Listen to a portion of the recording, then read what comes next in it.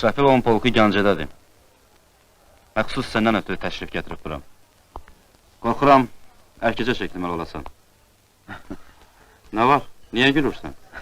Heç.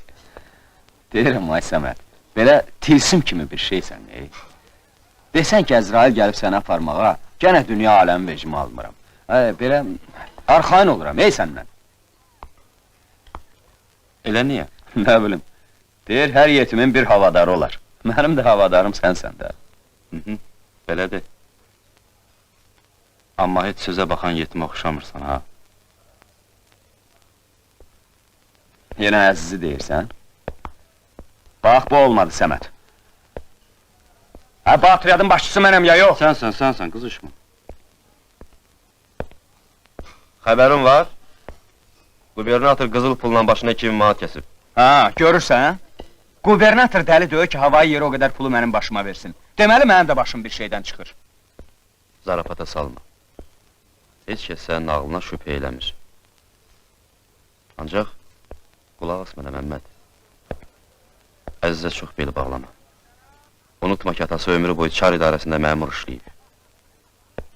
Kəndilərin başına nə oynaçıb, onu bir Allah bilir. Əzizin özü, Musavat ordusunun könüllü əskəri olub. Nə oldu, birdən-birə dəyişdi, gəlib sənin atriyadına qoşuldu. Gün hardan çıxdı belə? Yaxşı. Onda qoy mən də səndən bir söz xəbər alım. Əzizi kim məcbur eləmişdi ki, burada, həmin bu kababxanada məni jandarmların əlindən alsın, Kim? Bilmirəm. Bəs Həbibənin xilası? Tək başına 2 nəfər əclafın üstünə düşüb, Həbibəni ölümdən qutarıb. Kişinin oğlu canından bezməmişdi ki, bəlkə bunu mənə başa salasan. Nə bilim.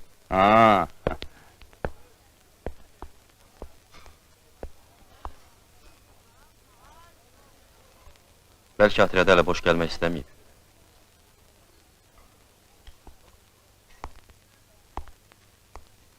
Ay Səmə, əziz kimi adamlar bizə çox lazımdır. Zalim oğlu gözü bağlı söküb yığır pulemyotu. O olmasaydı, bizim uşaqlardan bircəciyi də heç pulemyotun tətiyini də çəkə bilməzdilər. Kişi oxumuş adamdır, zarafat deyil. Özün bilən yaxşıdır. Tək sənə deyən olsun.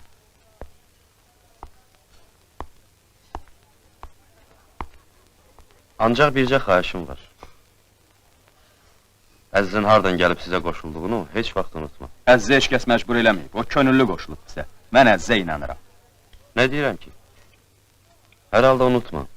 Atalar sözdür, namərd mərdə həmişə arxadan vurar.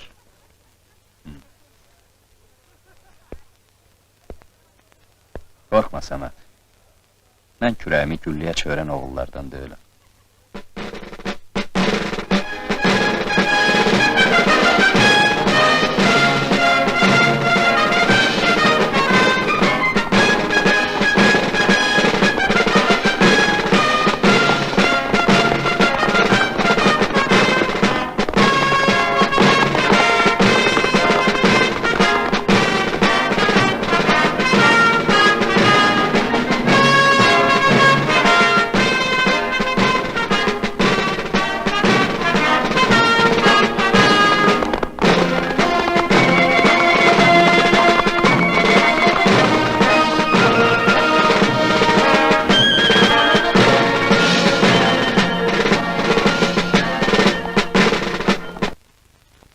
Yoldaşlar xəbər verirlər ki, 11-ci ordu bizim köməyimizə gəlir. Qarşıda çətin döyüşlər durur. Onu da nəzərə almalıyıq ki, Musavat hələ çox güclüdür. Elə bilirəm ki, fikrim aydındır. İndi gərək... Polislər! Tərpənməyin!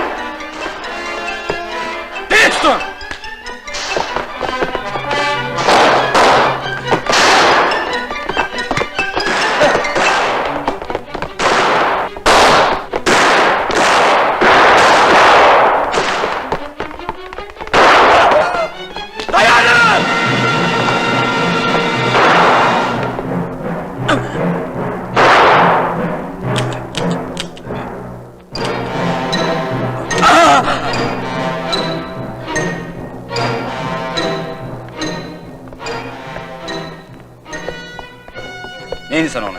Qancı oğluna diyecek ki bizi kim satıb. Tez onu dal kapıya, tez!